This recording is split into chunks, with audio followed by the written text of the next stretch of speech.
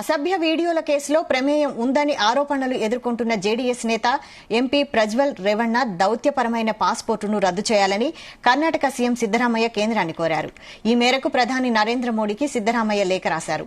విదేశాల్లో ఉన్న ప్రజ్వల్ రేవణ్ణను తిరిగి దేశానికి రప్పించడానికి సత్వరమే సమగ్రమైన చర్యలు తీసుకోవాలని కర్ణాటక సీఎం కోరారు.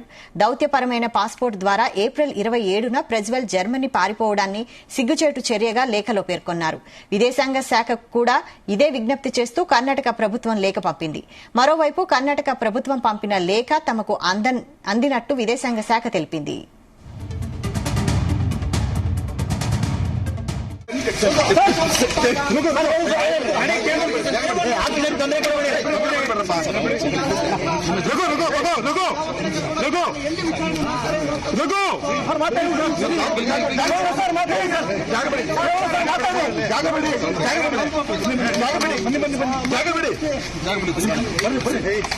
మాట్లాడి